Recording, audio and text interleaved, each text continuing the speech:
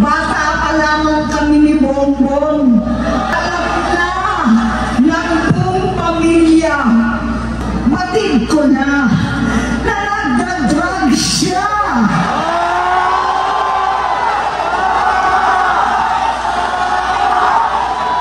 Seryoso ito. Minsan kami ng Presidential Guard at Metro Gompa ang naglilinis tuwing nagpa-party po sila. Kinumbinsi ko pa si Bongbong, pakasalan mo na si Lisa. Naisip ko noon, kapag nag-asawa siya, malalagay na sa tahimik at magkakaroon ng direksyon. Ang laki ng pagkakamali ko. Mas lumala ang kanyang paglulong sa droga.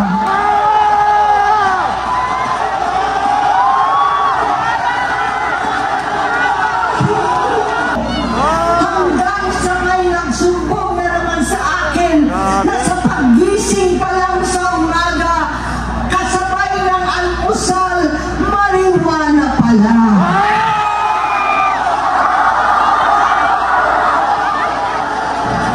Nanginginig ako at ang aking boses, hindi dahil ako'y natatakot sa inyo, kundi dahil nalulungkot po ako.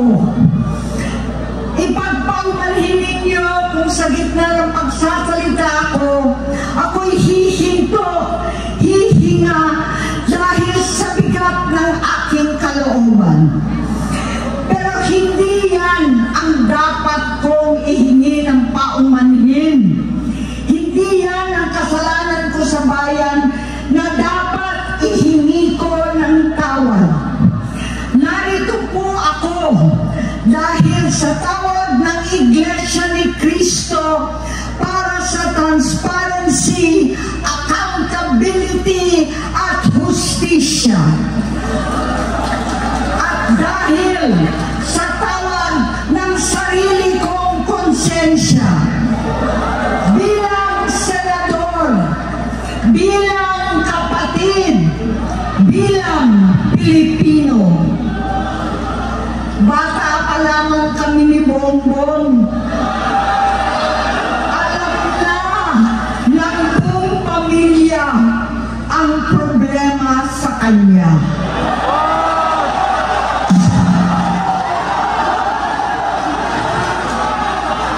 Sa totoo lang, mababasa naman ng lahat ang mga testimonya ng aking ama patungkol sa kanyang ugali at gawain. Noon, dahil may tatay pa kami, hindi ko pa siya responsibilidad.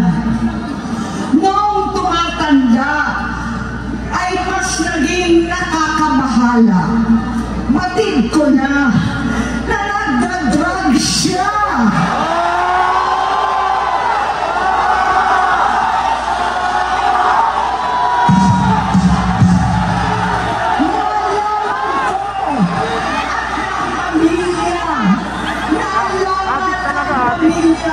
Seryoso ito.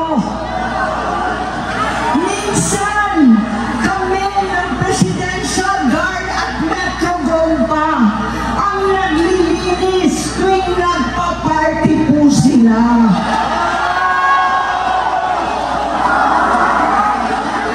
Nabuhay kami magkakapatid sa ibang bansa. Kami-kami lang.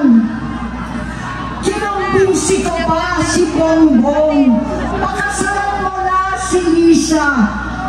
Naisip ko noon, kapag nag-asawa siya, malalagay na sa tahimik at magkakaroon ng direksyon. Ang laki ng pagkakamali ko. Mas lumala ang kanyang paglulong sa droga.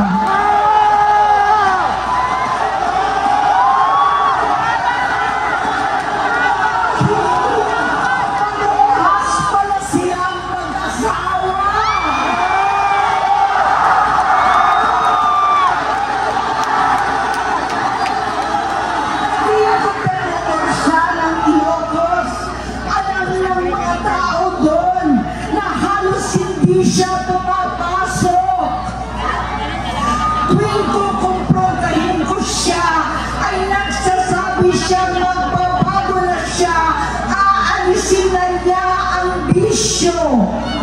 Hanggang sa may nagsumbong na naman sa akin na sa paggising pa lang sa umaga, kasabay ng almusal, marijuana pala.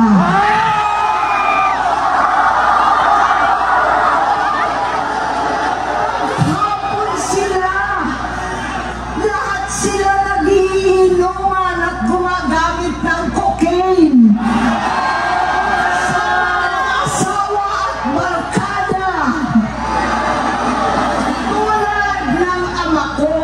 Tinastigo ko ang mga barkada niya. Ang nasirang si Bong Dasa, si Edvi Cruz, Inigo, Tony Boy, Sam Anton, alam po ninyo yan.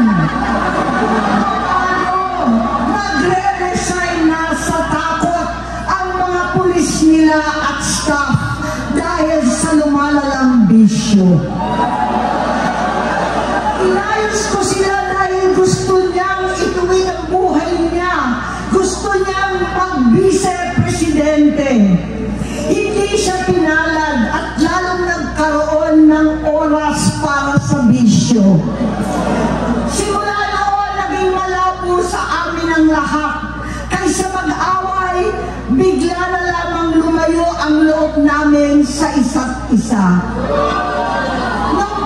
2016, kasabay ng kampanya ni dating Pangulong Duterte laban sa droga. Lumabas ang pangalan ni Bongbong sa listahan.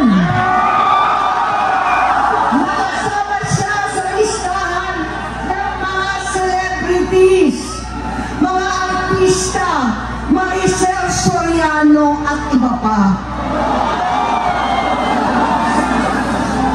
Sinsinan kong kinausap si Pangulong Rodi. Halos manikluhod ako. Sinabi kong ayon sa kapulisan, dapat unahin, usigin ang mga pusher at saka na lamang sagipin ang mga user. Naligtas si Bongbong. Labis ang takot ko at pag-aalala. Kinausap ko siya at nagsabi siyang talagang siya ay nagbabago na. Muli at lagi, hindi ako nawalan ng pag-asa. Ako'y naniwala ulit. Mula noon na natatanggap ko na lang na balita tungkol sa kapatid ko ay regular na pagpapadoktor. Kaya kumalma naman ako. Inisip ko, totoo, dahil na-opera na ang tuhod niya sa gout. Siguro, totoo na ito. Hanggang ito, nalaman ko na tuloy ang paggamit niya sa mga party na garapalang naghahain ng droga. Pinagmamalaki pa ng mag-asawang kayang-kaya nila ang microdosing ng cocaine. Hati-hatiin daw para 4 na beses sa isang araw. Hindi mabibisto. Ang pagpapadoktor, pinalabas nila ang pag-stem cell.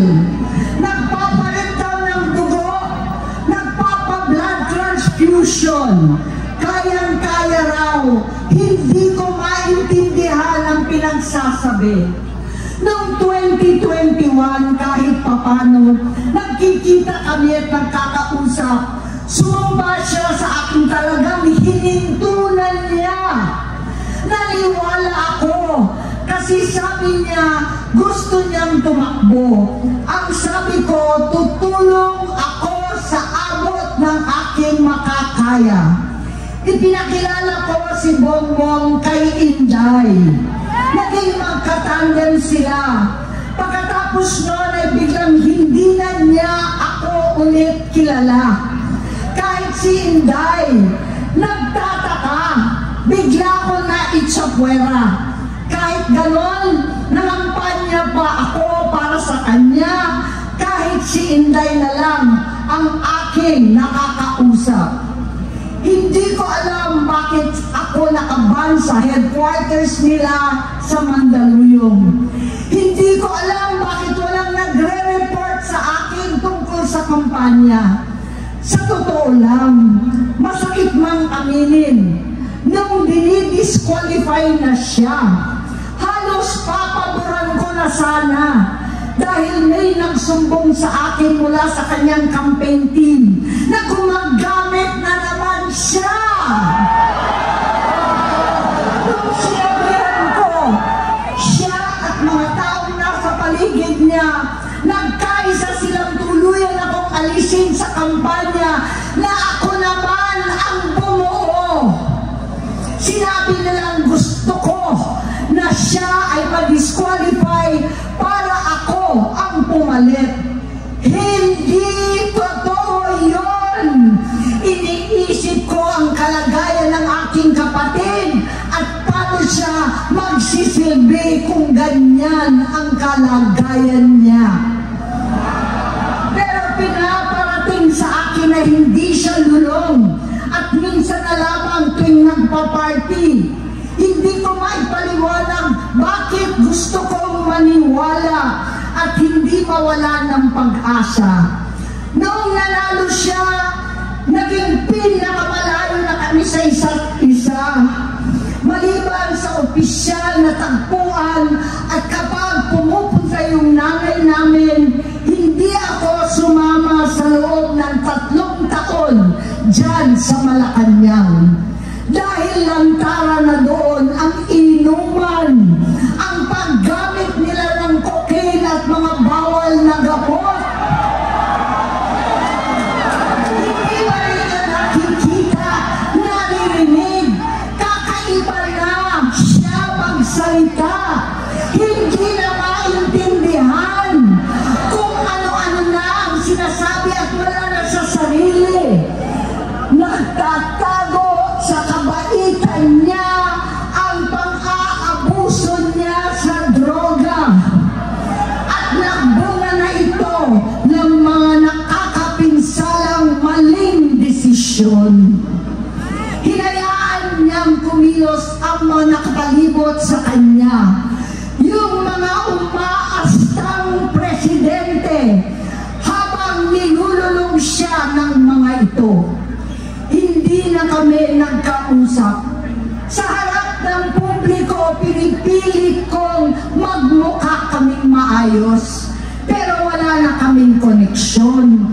Hindi ko hinihiling na maunawaan ninyo ako, lahat kayo. Sa palagay ko, ang makakaunawa lamang sa akin ay ang mga pamilyang may pinagdaanan sa adiksyon, sa inom, sa sugal, sa alak, sa bisyo, higit sa lahat, sa droga. Pag hindi ko siya nakakasama, buong aking loob na ipasok sa institusyon, ipagamot, iparehab ko na yan. Pero tuwing maghaharap kami noon, hindi kaya ng aking kalooban na gawin yun.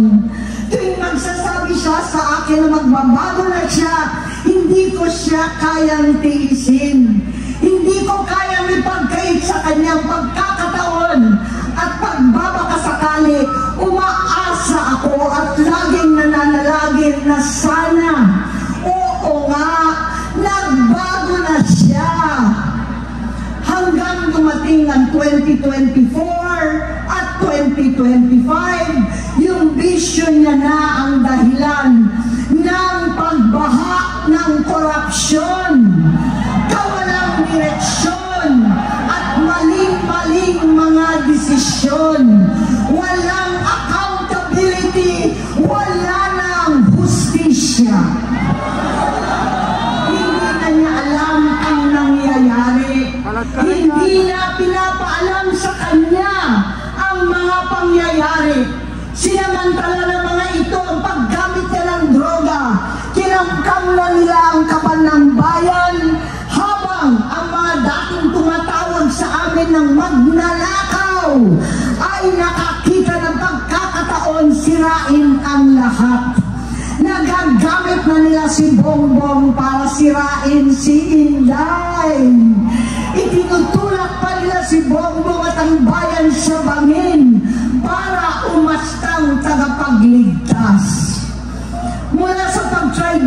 pagpapahamak kay VP Inday, sa confidential funds na kung tutuusin ang galing naman sa opisina ng Pangulo, hanggang sa pagpadukot sa dating Pangulong Duterte para itapo na lamang sa ibang bansa. Ang kapaitan ni Bongbong ay naging kalupitan. Gaya pala ng pagtatakip sa kanya ng mga nasa Congress, sa Senado, mga miyembro ng kabinete. Kitang-kita na ng taong bayan, wala nang puwang ang kahihiyan. Para bang nauulit ang bangungot ng kasaysayan dinamas namin noon. 68 years old po ang tatay ko nung pinatalsik sa pwesto. 68 years old na rin si Bongbong ngayon. November 17 din, noong 2021, nung nakumbinsi ko si Inday na magbise kay Bongbong. November 18 po, bukas, ang ikatlong araw natin. Siyam na taon na nakakaraan, saktong November 18 pa talaga, na pinalibing ni Pangulong Duterte ang tatay ko sa libingan ng mga bayanin. Halo-halo na ang aking nararamdaman, pero alam kong ito ang dulo at hangganan ng aking pagtitiis at pananahimik. Hindi na tayo mananahimik. Dahil nalaman kong pati ang mga anak niya ay nagdodroga na. Pinasusuklaman ko pa ang pag-alok ng mag-inang si Sandro ng droga ang aking mga anak at iba pang mga kamag-anak. Yan ang hindi ko na mapapalampas. Sa loob ng halos 4 na dekada, wala akong ibang pinangarap kundi maipakita sa sambayanan na hindi kami masamang tao. Hindi masama ang pamilya Marcos. Gusto kong ibangon ng dangal ng aking ama. Sa pamamagitan na nagpagtatrabaho para sa bayan, sinikap kong maging mabuting gobernador, kinatawan, senador. Hindi ako halos nagpapahinga para makapag-iwan sana ng legasiya na kapag sinabing Marcos, nabawi na namin ang tingin sa nakaraan. Ngunit sa kagustuhan kong maging responsableng anak, matupad ang pangako ko sa aking ama, nabigo akong maging mabuting kapatid. Naging mahina ako kay Bongbong. Sa kapulisan at sundalo, sa lahat ng mga leader at tagapagpatupad ng batas, siya ang Pangulo natin ngayon. Sinabi ko kung anong kalagayan niya ngayon. Tulungan niyo akong mapabuti ang kanyang kalagayan. Tulungan niyo akong matulungan siya. Hindi niya ako kalaban. Ang kalaban niya ay ang sarili niya. Nadadamay ang bansa sa laban na yan. Bilang senador at lingkod bayan, batid ko ang mga problema at gaya ng bayan, alam ko rin ano ang solusyon. Sa pagkakawatak-watak, patuloy na pamumulitika, pagnanasa sa kapangyarihan ng mga talunan naman, kaguluhan sa Mindanao, alanganing gyera sa China at Estados Unidos, kawalang pananagutan sa flood control scam, garapalang takipan, panggigipit sa hindi kaalyado, pagkakanulo sa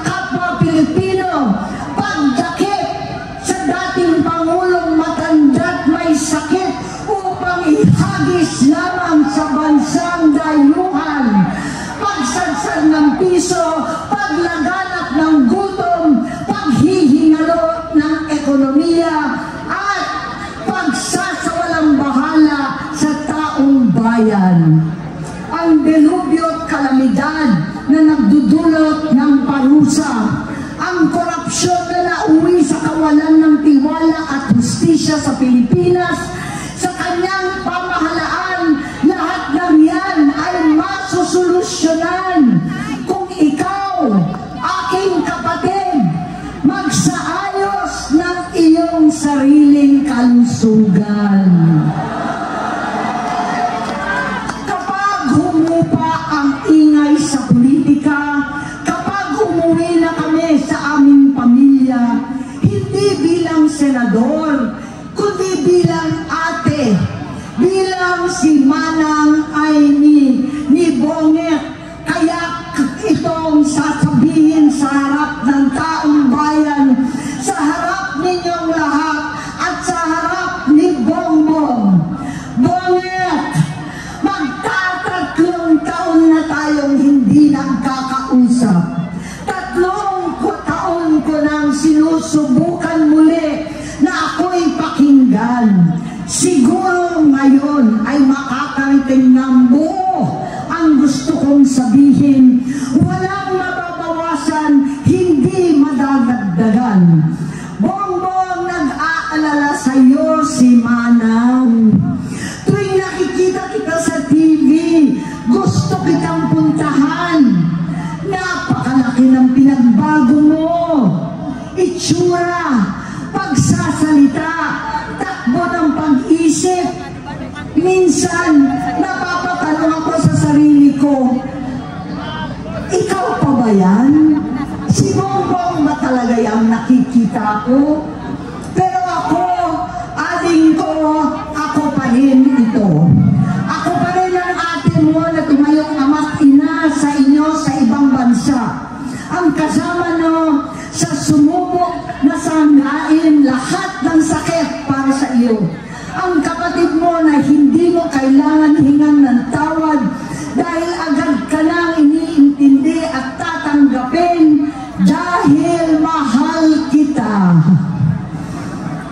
Nasa Bagong Tipan, kay Lucas, Kapitulo 17, versikulo 3 hanggang 4. Kung magkasala ang iyong kapatid, sawayin mo siya. At kung siya'y magsisi, patawarin mo siya.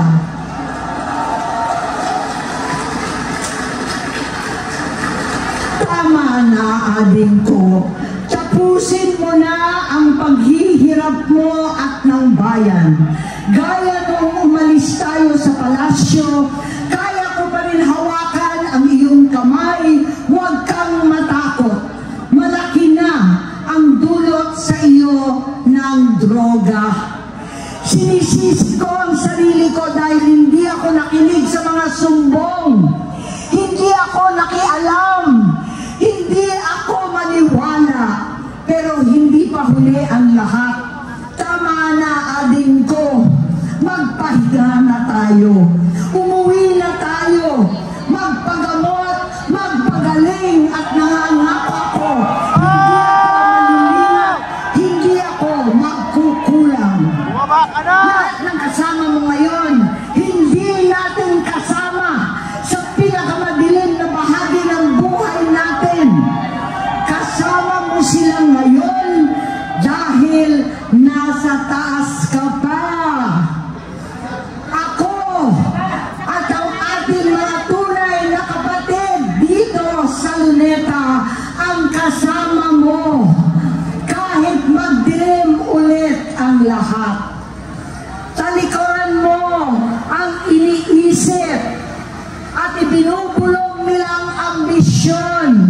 Unahin na natin ang kalusugan mo dahil sa adiksyon na bigyan mo ng malubhang karamdaman ang buong bansang Pilipino. Matatanda na tayo, sakitan na si Mami, alagaan na lang natin ang isa't isa. Kaliwat kanan man ang panghuhusga sa akin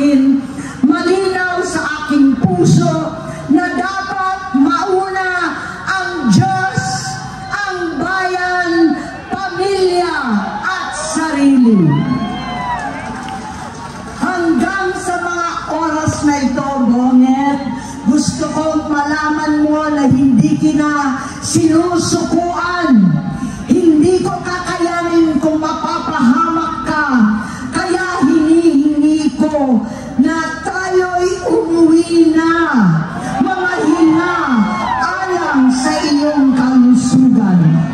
Kaya kung mabigo at mawala sa iyo ang posisyon, pero hindi ko kayang mawala ka sa amin. Ayusin mo ang sarili mo. Magpagamot. Alisin ang droga sa iyong sistema. Wala akong ibang gusto kundi gumaling ka, malampasan natin ito muli. Dahil wala akong ibang hinahangad bilang ate, kundi maging masaya ka, maging ligtas sa panganib, malusog, matagumpay sa buhay.